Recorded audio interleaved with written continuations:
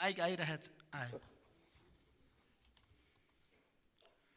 नवनिर्वाचित प्रतिनिधि सभाको यो गरिमामय अधिवेशनमा म सार्वभौम संसदका सबै मान्य सदस्यहरूलाई हार्दिक अभिवादन र सफल कार्यकालको पुनः शुभकामना व्यक्त गर्दछु। जुन संविधानको जगमा यो संसद खडा छ, त्यो हजारौं शहीदहरूको बलिदान, बेपत्ता घाइते योद्धाहरू, लाखौं कर्मवीरहरूको त्याग, तपस्या र सङ्घर्षको परिणाम हो। म सबभन्दा पहिला फेरि पनि उहाँहरूप्रति कृतज्ञता र उहाँहरूको सङ्कल्पप्रति सम्मान व्यक्त गर्दछु। हामी उहाँहरूको बलिदानले बाँधिएका छौँ र उहाँहरूको सङ्कल्पले हामीलाई डगमगुन र विचलित हुन दिने छैन। नयाँ प्रतिनिधि सभाको गठनसँगै नेपालको संविधानको धारा 76 को उपधारा 2 बमोजिम मेरो नेतृत्वमा विभिन्न राजनीतिक दलको सहभागितामा सरकार गठन भएको छ। यो विश्वासका लागि दलहरूलाई धन्यवाद दिँदै म आज यो सार्वभौम संसदमा सामाजिक न्याय, सुशासन र समृद्धिको सङ्कल्पसहित प्रधानमन्त्रीमा विश्वासको मत माग्नका लागि उपस्थित भएको छु। सभामुख महोदय, प्रधानमन्त्रीका रूपमा म निषेध, अपमान र प्रतिशोध होइन, सहमति, सहकार्य र आपसी विश्वासको राजनीतिलाई अगाडि बढाउन प्रतिबद्ध छु। यो देशमा जति पनि सार्थक परिवर्तन भएका छन्, वामपन्थी र लोकतान्त्रिक शक्ति मिलेर भएका छन्। 104 वर्ष लामो राणा शासन होस् वा 30 वर्ष लामो पञ्चायती निरङ्कुशता, वाम लोकतान्त्रिक सहकार्यबाट नै समाप्त भएको हो। 12 बुँदे समझदारी, विस्तृत शान्ति सम्झौता, संविधान सभा र सङ्घीय लोकतान्त्रिक गणतन्त्र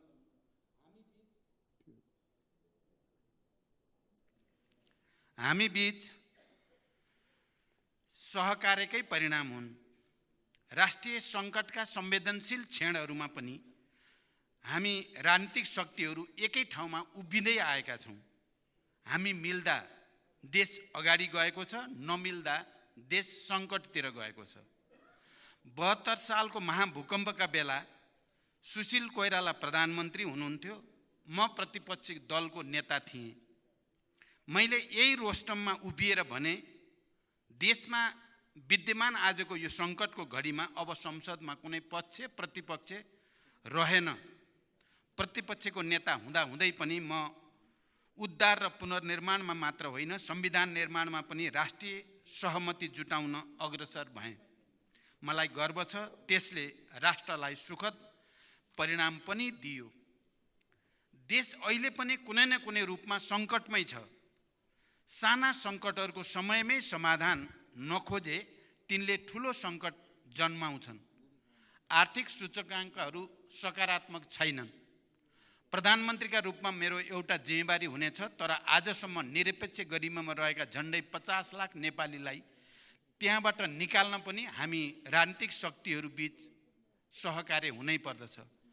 लाखौं युवालाई विदेशबाट फर्काएर स्वदेशमै आत्मसम्मानको जीवन दिन पनि हामी बीच अर्थपूर्ण सहकार्य आवश्यक छ। अब पहुँच होइन, विधिको शासन सुरु गर्नुपर्दछ। देशको कायापलट गर्ने हो भने लगभग 60 खरब विकास खर्च जुटाउनु छ। त्यसका लागि पनि हामी बीच विश्वासपूर्ण सहकार्य अनिवार्य छ। राष्ट्रियता, राष्ट्रिय सुरक्षा, परराष्ट्र सम्बन्ध, प्रमुख आर्थिक विषय एवं रणनीतिक पूर्वाधार लगायतका राष्ट्रका आधारभूत विषयहरूमा म राष्ट्रिय सहमतिको विकल्प देख्दिनँ। विस्तृत शान्ति सम्झौताको एउटा हस्ताक्षरकर्ता गिरिजाप्रसाद कोइराला आज हामी बीच हुनुहुन्न, तर शान्ति प्रक्रियाका केही काम अझै पनि बाँकी छन्। ती कामलाई तार्किक निष्कर्षमा पुर्याउन पनि मैले सहमति अनिवार्य देखेको छु। इतिहासका सबै उतार चढावहरूको स्मरण गर्दै देशमा सुशासन, समृद्धि र तीव्र आर्थिक क्रान्तिका लागि यसपटक सिङ्गो देश एक ठाउँमा उभिन र पुरै विश्वलाई नेपालको रूपान्तरणको सन्देश दिन म विशेष अपिल गर्न चाहन्छु। सभामुख महोदय, म यसपटक ठुलो आत्मस्वीकारोक्ति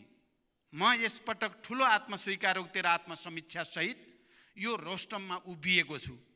म यसअघि 9 महिना 2 पटक प्रधानमन्त्री भएँ। आज यो स्वीकार गर्न मलाई कुनै सङ्कोच छैन। पहिलो पटक प्रधानमन्त्री हुँदा मसँग न अनुभव थियो न टिम।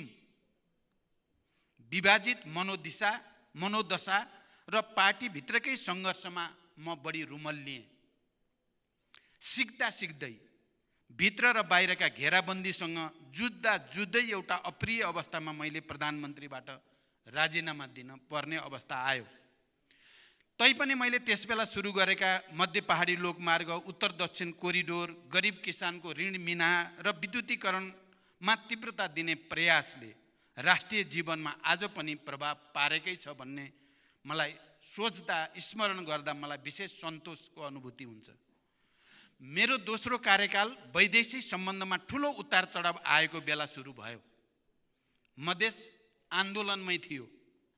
संविधानको सफल कार्यान्वयनमा धेरै विश्वास जागिसकेको थिएन। संविधान संशोधनको प्रयासबाट मैले मधेसलाई विश्वासमा लिने कोसिस गरेँ।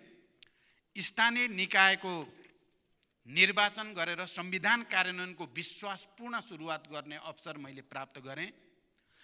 मूल्य वृद्धि नियन्त्रणमा राखेर आर्थिक वृद्धि दर 7% कट्यो र एउटा आर्थिक मानक बन्यो। लोड सेडिङ अन्त्य भयो।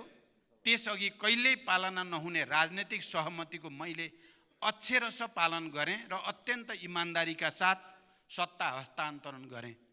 मलाई लाग्छ मेरो त्यो छोटो कार्यकाल सफल कार्यकालका रूपमा इतिहासमा दर्ज भइसकेको छ।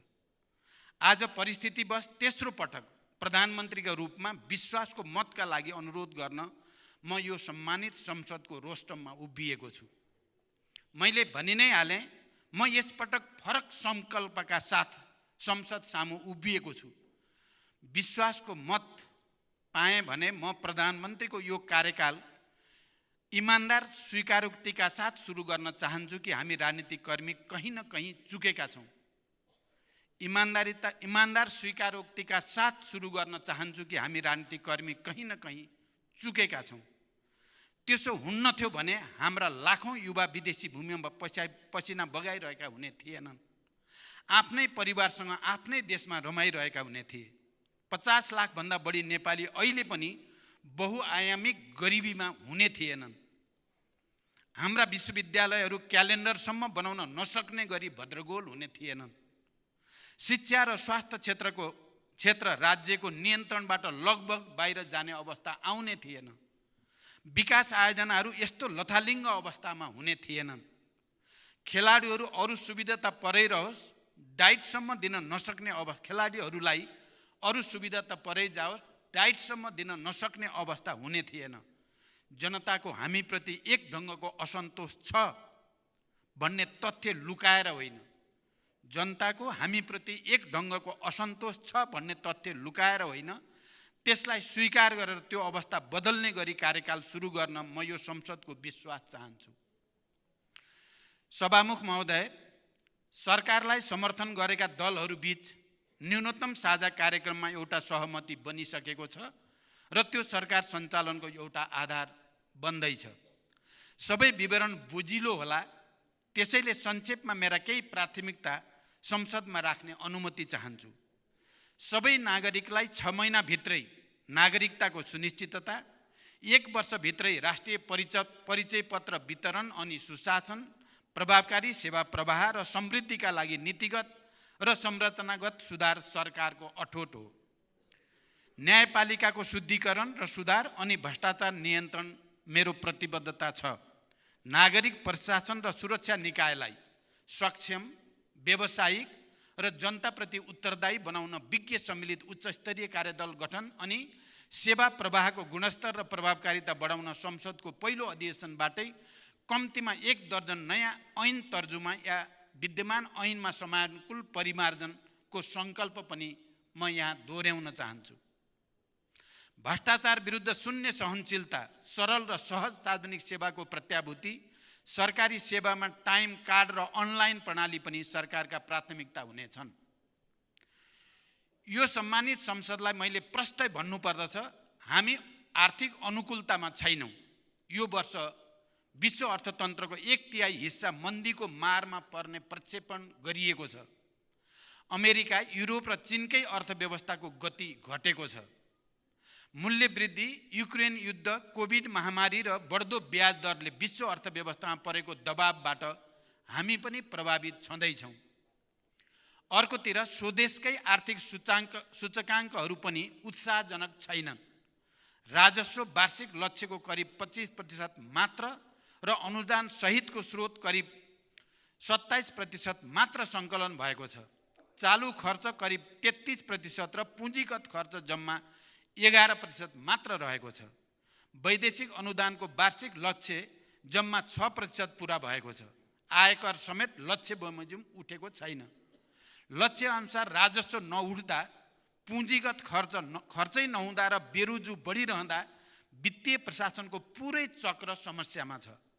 तैपनि म सबै खाले आमूल सुधारबाट आगामी 5 वर्षमा आर्थिक वृद्धि दर 2 अङ्कको नजिक पुर्याउने सङ्कल्प यो सम्मानित संसद सामु व्यक्त गर्दछु र यहाँहरू सबैको पूर्ण सहयोगको अपेक्षा पनि गर्दछु। आर्थिक पुनरुत्थानका प्याकेज कार्यक्रम मार्फत लगानी मैत्री वातावरणको निर्माण तथा पुँजीगत खर्चको अभिवृद्धि गर्दै आर्थिक गतिविधिको विस्तार र समष्टिगत आर्थिक स्थायित्व मेरो लक्ष्य हुनेछ। बैंकिङ प्रणालीमा विद्यमान तरलता सङ्कुचनको समस्यालाई सम्बोधन गर्न वित्तीय तथा मौद्रिक उपकरणहरूको उपयोग गरिनेछ। वैदेशिक मुद्रा सञ्चितिमा परेको चापलाई सम्बोधन गर्न तरलता र कर्जा प्रवाहको शिथिलतालाई सुधार गरिनेछ। आर्थिक पूर्वाधार विकासमा सरकारी लगानी बढाइनेछ। व्यावसायिक वातावरणमा सुधार ल्याउँदै लगानीका लागि पुँजीको सहज उपलब्धता हुने प्रबन्ध मिलाइनेछ। सहकारिताको माध्यमबाट बचतलाई प्रोत्साहन गर्दै स्वरोजगार प्रवर्धन एवं आय आर्जनका कार्यक्रम सञ्चालन गरिनेछ। सभामुख महोदय, म दोस्रो पटक प्रधानमन्त्री हुँदै गर्दा दैनिक 20 घण्टासम्म लोड सेडिङ थियो। औद्योगिक क्षेत्र मात्र होइन, जनजीवन नै अस्तव्यस्त थियो। त्यो स्थितिमा उज्यालो नेपाल अभियान घोषणा गरियो। कतिपय सब स्टेसनहरूमा 3 शिफ्टमा 24 घण्टे काम गर्ने वातावरण मिलाइयो र लोड सेडिङलाई इतिहासको विषय बनाइयो। त्यसले अन्धकार मात्र हटाएन, राष्ट्रको आत्मविश्वास पनि बढायो। आज प्राधिकरण नाफामा गएको छ। आज हामी विद्युत बेचेर विदेशी मुद्रा कमाउने ठाउँमा आइपुगेका छौँ।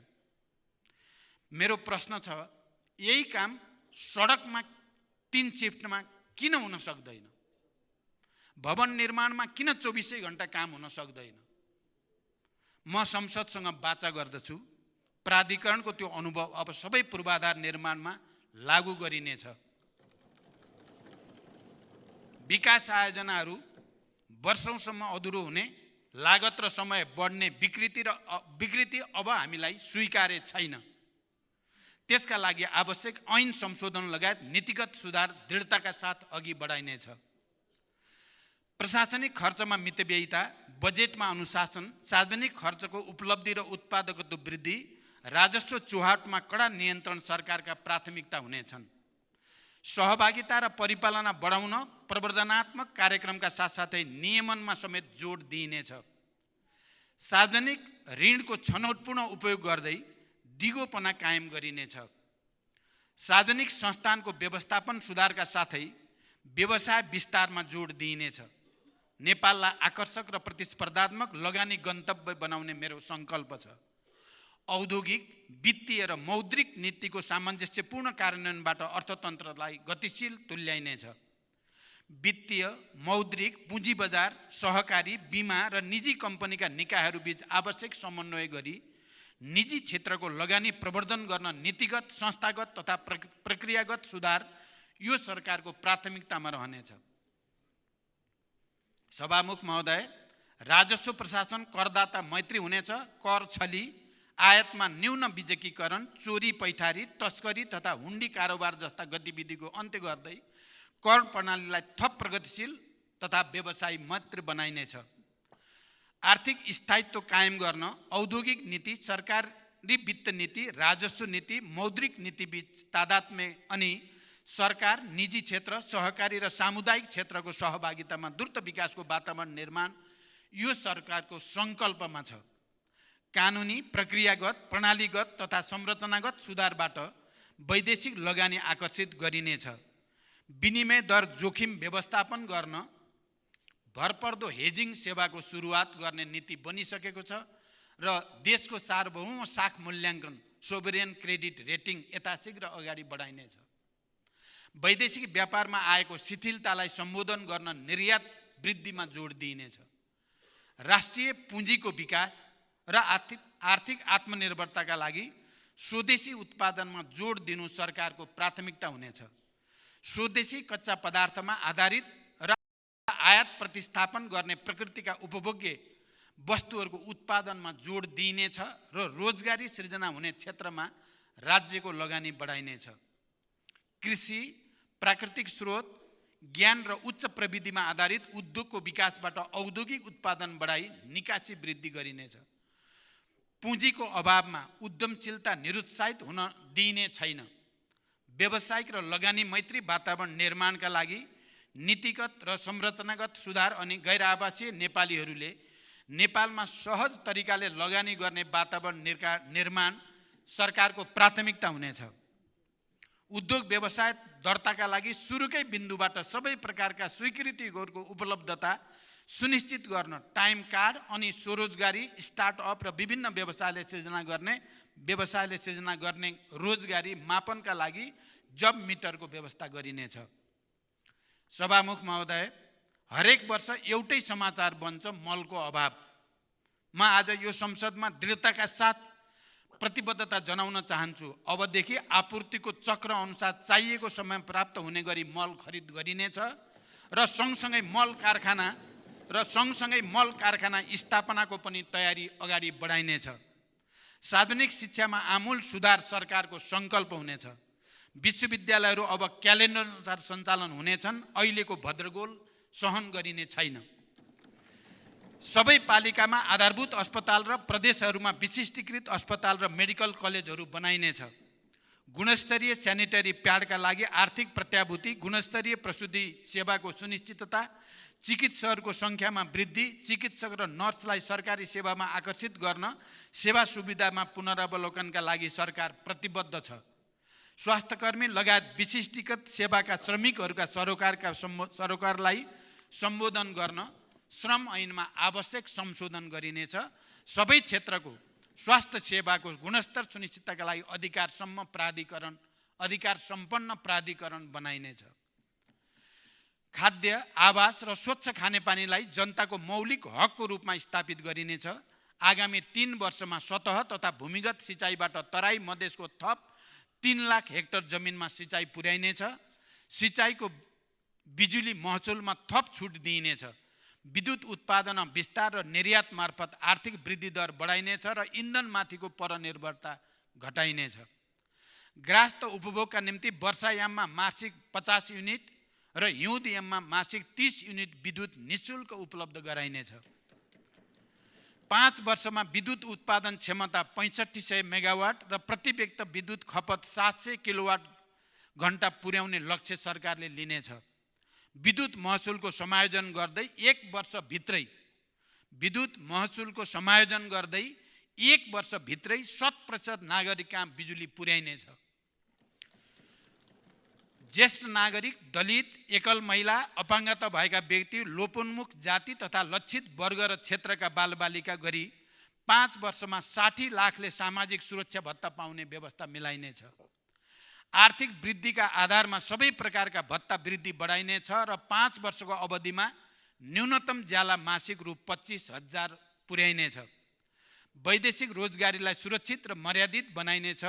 वैदेशिक रोजगारमा गएकाहरूको समस्या सुनवाई र समाधानका लागि हटलाइन सेवा सहितको सहयोग सेल गठन हुनेछ। प्रशासनिक अकर्मण्यता, आपसी समन्वय अभावका कारण सिर्जना हुने कृत्रिम अभाव, कालोबजारी, व्यावसायिक एकाधिकार लगायतका सुशासन विरोधी क्रियाकलाप नियन्त्रण गर्न, जनताको गुनासोलाई तत्काल सम्बोधन गर्न र नियमित संयुक्त अनुगमनका लागि सम्बन्धित निकायका प्रतिनिधि रहेको प्रधानमन्त्री निगरानी कार्यक्रम सञ्चालन गरिनेछ। लोक कल्याणकारी कार्यक्रमहरू सीमान्त जनतासम्म पुग्ने ग्यारेन्टी गरिनेछ।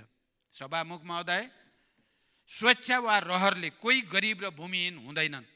मान्छे गरिब हुन्छ अवसरमा पहुँच नभएर, आधारभूत सुविधा नपाएर। एउटै नेपाली पनि छतविहीन नहोस्, मेरो इमानदार प्रयास रहनेछ। हाम्रो ग्रामीण अर्थतन्त्र महिलाले धानेका छन्, तर राज्यले महिलालाई उचित प्रोत्साहन दिन सकेको छैन। रेमिट्यान्स पठाएर देश बचाइरहेको युवालाई न राज्यले सुरक्षा दिन सकेको छ, न उचित सम्मान नै दिन सकेको छ।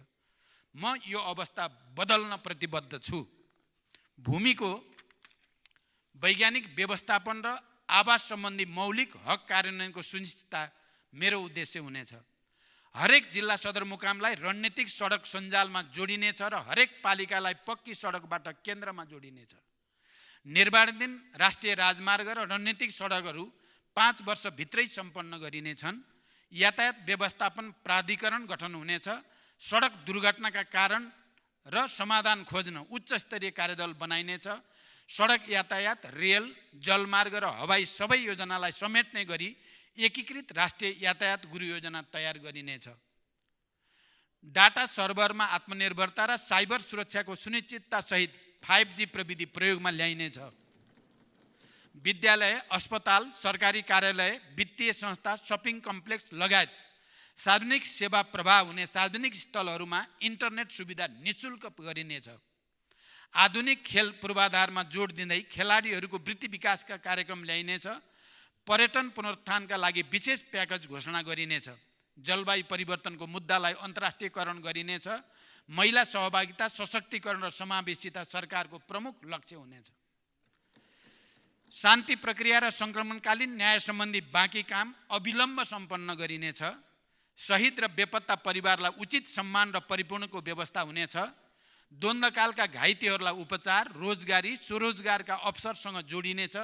द्वन्द्व पीडित परिवारलाई क्षतिपूर्ति र पुनर्स्थापनाका कार्यक्रम ल्याइनेछ। सँगसँगै तराई, मधेस लगायतका आन्दोलनका क्रममा अन्यायपूर्ण ढङ्गले बन्दी बनाइएकाहरूको कानुन सम्मत रिहाईका लागि ठोस अग्रसरता लिइनेछ। सङ्घीयता कार्यान्वयन र जनताको हितमा राज्य संयन्त्रको परिचालन हुनेछ। राष्ट्रिय हितको रक्षा गर्दै स्वतन्त्र परराष्ट्र नीतिको अवलम्बन हाम्रो प्रतिबद्धता हुनेछ। त्यसलाई मैले प्रो नेपाल नीति भन्ने गरेको छु। दुवै छिमेकी र सबै मित्र राष्ट्रहरूसँग सन्तुलित, विश्वसनीय र मैत्रीपूर्ण सम्बन्धमा मेरो जोड हुनेछ। सीमाको प्रभावकारी व्यवस्थापन र सीमा समस्याको समाधान हाम्रो प्राथमिकता हुनेछ। सभामुख महोदय, यसबीचमा मैले सचिवहरूको बैठक राखेर सोधेँ, राहदानी लिन बिहान 2 बजेदेखि लाइनमा बस्न परेपछि नागरिकले कसरी राज्यमाथि भरोसा गर्दछन्? अहिलेकै गतिमा राष्ट्रिय परिचय पत्रको काम हुने हो भने कति दशकमा 3 करोड नेपालीको हातमा परिचय पत्र पुग्छ? सवारी चालक अनुमति पत्र लिन पनि वर्षौं कुर्नुपर्ने कारण के हो? सरकारी अस्पताल र सामुदायिक विद्यालयको स्तर किन खस्कियो? प्रविधिको यति धेरै विकास भइसक्दा पनि सरकारी अस्पतालमा नाम दर्ता गर्न समेत घण्टौं किन कुर्नु पर्दछ? सरकारी अस्पतालमा सामान्य शल्यक्रिया गराउन पनि 3-4 महिना किन कुर्नुपर्ने गरेको हो? अस्पतालका प्रयोगशाला र परीक्षण उपकरण किन महिनौसम्म बन्दैनन्? अनुदानका सामग्री स्टोरमा किन थन्किने गरेका छन्? मैले सचिवज्यूहरूलाई भनिसकेको छु। सेवा प्रवाहलाई सहज र विकासको गतिलाई तीव्र बनाउन नीतिगत समस्या समाधानको जिम्मा म लिन्छु, तर नतिजामुखी कार्य सम्पादनको जिम्मा तपाईहरुले लिनुपर्दछ। सरकारहरू फेरिरहने तर जनताको जीवनस्तर नफेरिने निराशाजनक चित्र अब बदल्नु छ। त्यसका लागि सरकार मालिक होइन, सुनिने, देखिने, जनताले अनुभूत गर्ने सेवक बन्नु छ। प्रदेश र स्थानीय तहमा तत्काल कर्मचारीको व्यवस्था हुनेछ। संघीय निजामती ऐन अविलम्ब यसै अधिवेशनमा पेश गर्ने गरी तयारी गर्न मैले निर्देशन दिइसकेको छु। सार्वजनिक सेवा प्रवाहमा ढिलासुस्ती र शास्तिको अन्त्य गर्दै सार्वजनिक सेवा प्रवाहलाई चुस्त, नागरिक मैत्री बनाउन, सामाजिक न्याय सुनिश्चित गर्न तथा राज्यको सबै तह र संरचनामा सदाचार र जवाबदेहिता कायम गर्न सरकार प्रतिबद्ध हुनेछ। मन्त्री परिषदको पहिलो बैठकमै भ्रष्टाचार नियन्त्रणमा शून्य सहनशीलताको नीतिलाई परिणाममा देखिने गरी कार्यान्वयन गर्ने निर्णय हामीले लिइसकेका छौँ। रणनीतिक महत्त्वका विकास आयोजनाहरूको कार्यान्वयन गर्न जग्गा प्राप्ति, वातावरणीय प्रभाव मूल्याङ्कन तथा ठेक्का व्यवस्थापनमा हुने ढिलाइ कम गरी निर्णय प्रक्रियामा शीघ्रता ल्याउन छुट्टै कानुनी व्यवस्था गरिनेछ। युटिलिटी कोरिडोर सम्बन्धी कानुनी व्यवस्था गरी पूर्वाधारमा साझेदारी गर्ने व्यवस्था मिलाइनेछ। पुँजीगत खर्च बढाउन आयोजना व्यवस्थापनलाई नतिजामुखी बनाउनुको साथै अन्तर्निकाय समन्वय प्रभावकारी गराइनेछ। विकास आयोजनाको अनुगमनलाई नतिजामा आधारित बनाइनेछ। राष्ट्रिय महत्त्वका आयोजनाहरूको प्रधानमन्त्री तथा मन्त्री परिषदको कार्यालयमा रहेको एक्सन रुमको उपयोग समेत गर्दै म आफैले पनि नियमित अनुगमन गर्नेछु। सभामुख महोदय, कानुनका छिद्र देखाउने, काममा ढिलासुस्ती गर्ने, अनावश्यक झन्झट दिने काम यो सरकारलाई स्वीकार्य छैन। सार्वजनिक सेवा प्रवाहलाई सरल, सहज तथा प्रविधि मैत्री बनाई जनतालाई चुस्त र नागरिक मैत्री सरकारको अनुभूति दिलाउन राष्ट्र सेवकलाई जिम्मेवार र उत्तरदायी बनाइनेछ। राहदानी, राष्ट्रिय परिचय पत्र, सवारी चालक अनुमति पत्र वितरणमा हाल देखिएको समस्यालाई तत्काल समाधान गरिनेछ। एकै प्रकृतिको विवरण फरक निकायबाट सङ्कलन गर्नुको सट्टा डाटा साझेदारी र अन्तर आबद्धताको भरपर्दो प्रणाली निर्माण गरी सेवा प्रवाहलाई छिटो, छरितो र मितव्ययी र झन्झट मुक्त गरिनेछ। विपन्न नागरिक उपचार सुविधा तथा स्वास्थ्य बिमा सेवालाई सर्वसुलभ र नियमित बनाइनेछ। स्वास्थ्य बिमाको दायरा विस्तार गरिनेछ। सरकारी एवं सार्वजनिक जग्गाको संरक्षण गर्न एकीकृत विद्युतीय अभिलेख तयार गरिनेछ।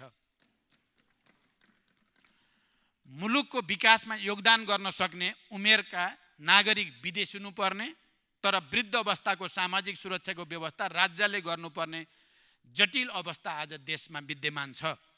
यो परिस्थितिबाट बाहिर निस्कन स्वदेशमै रोजगारीका अप्सन सृजना गर्न निजी क्षेत्र समेतको सहभागितामा ठोस कार्यक्रम सञ्चालन गरिनेछ। निजी क्षेत्रको विकासका लागि आवश्यक नीतिगत र कानुनी सुधार, आर्थिक पूर्वाधार विकासमा सरकारी लगानीको वृद्धि, व्यावसायिक वातावरणमा सुधार, सहकारिताको माध्यमबाट बचतलाई प्रोत्साहन अनि स्वरोजगार प्रवर्धन सरकारका उद्देश्य हुनेछन्। सार्वजनिक संस्थानको व्यवस्थापन सुधारका साथै व्यवसाय विस्तारमा जोड दिइनेछ। पर्यटकीय पूर्वाधारको निर्माण र सेवाको गुणस्तरमा सुधार सरकारको मुख्य जोड हुनेछ। गौतम बुद्ध र पोखरा अन्तर्राष्ट्रिय विमानस्थलको पूर्ण क्षमतामा सञ्चालन र स्रोतको सुनिश्चितता सहित निजगढमा अन्तर्राष्ट्रिय विमानस्थलको निर्माण प्राथमिकतामा हुनेछ। मलाई थाहा छ मिडिया उद्योग सङ्कटमा छ। म विश्वास दिलाउन चाहन्छु यो सङ्कटमा सरकारले मिडिया उद्योगलाई एक्लै छाड्ने छैन। सञ्चारकर्मीहरूको हक र हित पनि सरकारको उच्च प्राथमिकतामा हुनेछ। पछिल्ला दिनमा सेयर बजारमा आएको सकारात्मक परिवर्तनलाई मैले नयाँ सरकारप्रति जनताको भरोसाको सङ्केतको रूपमा हेरेको छु। तीव्र आर्थिक विकास र न्यून मुद्रास्फीति सरकारको लक्ष्य हुनेछ। लाइन मुक्त देश हाम्रो सङ्कल्प हो। म विश्वास दिलाउन चाहन्छु देशका हरेक नागरिकलाई लागोस्। सरकार मेरो अभिभावक हो। सरकार मेरो पक्षमा छ। सरकार मेरो लागि केही गरिरहेको छ। यो जनतालाई लाग्नै पर्दछ। त्यसरी नै काम गर्ने प्रतिबद्धता पनि म व्यक्त गर्न चाहन्छु। राष्ट्र सेवालाई राजनीतिक हस्तक्षेपबाट मुक्त राखी व्यावसायिक, प्रतिस्पर्धी र दक्ष बनाइनेछ। तीनवटै तहका सरकारको मौजुदा कर्मचारीको दरबन्दीको पुनरावलोकन गरी सेवा प्रवाह गर्ने निकायमा पर्याप्त जनशक्तिको व्यवस्था गरिनेछ। विकास आयोजनामा विनियोजन गरेको रकम खर्च गर्न सक्ने परियोजनाहरूमा सारिनेछ। जिम्मेवारी लिने तर लक्ष्य अनुसार राजस्व असुली र विकासका काम गर्न नसक्ने पदाधिकारीलाई कार्य सम्पादन मूल्याङ्कनसँग जोडिनेछ। सरकारी पदाधिकारीहरूले परराष्ट्र मन्त्रालयको जानकारी बिनै विदेशी कूटनीतिज्ञहरूलाई भेट्ने काम अब हुन दिइने छैन।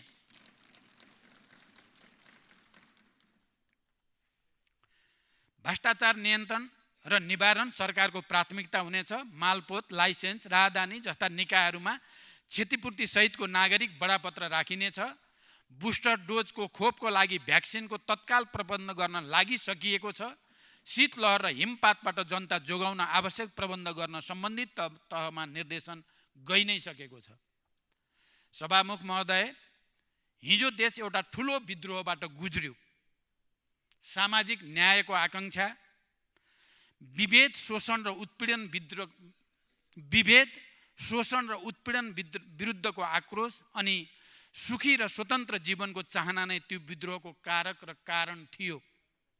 हिजो हामी भित्र जुन आवेग थियो, परिवर्तनको जुन संकल्प थियो, अब त्यसलाई त्यही घनत्वको साथ जगाउन र राष्ट्र निर्माणमा लाग्न म प्रतिबद्ध छु। यो सम्मानित सदनलाई मेरो अनुरोध छ, सरकारमा म त्यही आवेग जगाएर आफू देश र यो संसदलाई पनि प्रमाणित गर्न चाहन्छु। सम्भव छैन, सकिँदैन, केही हुँदैन भन्ने निराशा र नकारात्मक भावलाई अब यो सरकारमा कुनै ठाउँ हुने छैन। म यो संसदसँग विश्वासको मत पनि नितान्त सकारात्मक र रचनात्मक हस्तक्षेपका लागि माग गरिरहेको छु। हामी सबै दल मिलेर व्यवस्था बदल्यौँ। अब हामी सबैको सहकार्यमा जनताको अवस्था बदल्न पनि म संसदबाट एउटा मौका चाहन्छु। मलाई कुनै दुविधा छैन, एउटा कप्तान केवल एउटा टिमका रूपमा सफल हुन्छ। मैले लिएका लक्ष्य सरकारका घटक मात्र होइन, सिङ्गो संसदलाई साथसाथै लैजान सके मात्र पुरा हुनेछन्। मैले पहिले पनि भने, म निषेध र अपमान होइन, सहकार्य र आपसी विश्वासको राजनीतिका लागि प्रतिबद्ध छु। म संसदमा पूर्ण विश्वास र आपसी सद्भावको वातावरण बनाउने पक्षमा छु र मैले हिजो पनि भने, हाम्रा मतभेदहरू समेत मर्यादित हुनेछन्। म सबै दल र मान्य सदस्यहरूलाई आग्रह गर्दछु, आउनुहोस् यसपटक संसदमा नयाँ अध्यायको सुरुवात गरौँ। त्यसै पनि नेपालको राजनीति केही कमजोरीका बावजुद अन्यत्र भन्दा भिन्न छ। अन्यत्र हामी धेरै बदलाव देख्छौँ, तर यहाँ प्रतिशोधलाई धेरै ठाउँ छैन। हामी कहाँ राजनीतिक संवादहीनता पनि लामो समय रहने गरेको छैन। राष्ट्रका सङ्कटहरूमा हामी सबै राजनीतिक दल पटक पटक एकै ठाउँमा उभिँदै आएका छौँ। यसपटक पनि संसदको विभाजन नहोस्, देशले एकता र सहकार्यको सन्देश प्राप्त गरोस्। म बिना कुनै पूर्वाग्रह सबै राजनीतिक दलहरूसँग सहकार्यका लागि प्रतिबद्ध छु। सिङ्गो सदनको साझा प्रधानमन्त्रीका रूपमा मलाई राष्ट्र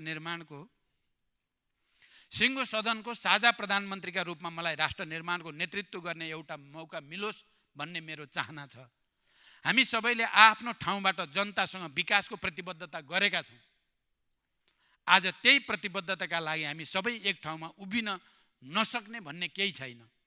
मैले हिजो पनि संसदमा भने, जनताको हामीमाथि समर्थन सशर्त मात्रै छ। हीन भावनाको ठाउँमा आशा र आत्मविश्वास जगाउनु छ। आर्थिक क्रान्तिको साझा सङ्कल्पबाट समृद्ध र न्यायपूर्ण राष्ट्र निर्माण गर्नु छ। इतिहास आजैबाट सुरु हुन्छ म भन्दिनँ। आजसम्मका उपलब्धिहरूलाई संस्थागत गर्दै सबैप्रति कृतज्ञता व्यक्त गर्दै म एउटा परीक्षा दिन चाहन्छु। हिजो क्रान्ति सुरु गर्दा जुन आवेग मसँग थियो, बीचमा केही अल्मलिए जस्तो देखिए पनि आज त्यही आवेग र अठोटका साथ म यो रोस्टममा उभिएको छु। तेस्रो पटक प्रधानमन्त्रीका नाम लेखाउन वा सिंहदरबारमा अर्को कार्यकालको फोटो झुन्ड्याउन मात्र म यहाँ उभिएको पटक्कै होइन। म विश्वास दिलाउँछु, हरेक पटक संसदमा म उपलब्धिको डाटा र रिपोर्ट कार्डका साथ उपस्थित हुनेछु। मलाई विश्वासको मत दिएमा संसदका हरेक मान्य सदस्यहरूले गर्व गर्ने वातावरण बनाउनेछु। सबैको साथ र सहयोग लिएर राष्ट्र निर्माण होमिन यो सम्मानित सदनसँग प्रधानमन्त्रीका रूपमा म विश्वासको मतका लागि हार्दिक अनुरोध गर्दछु। धन्यवाद।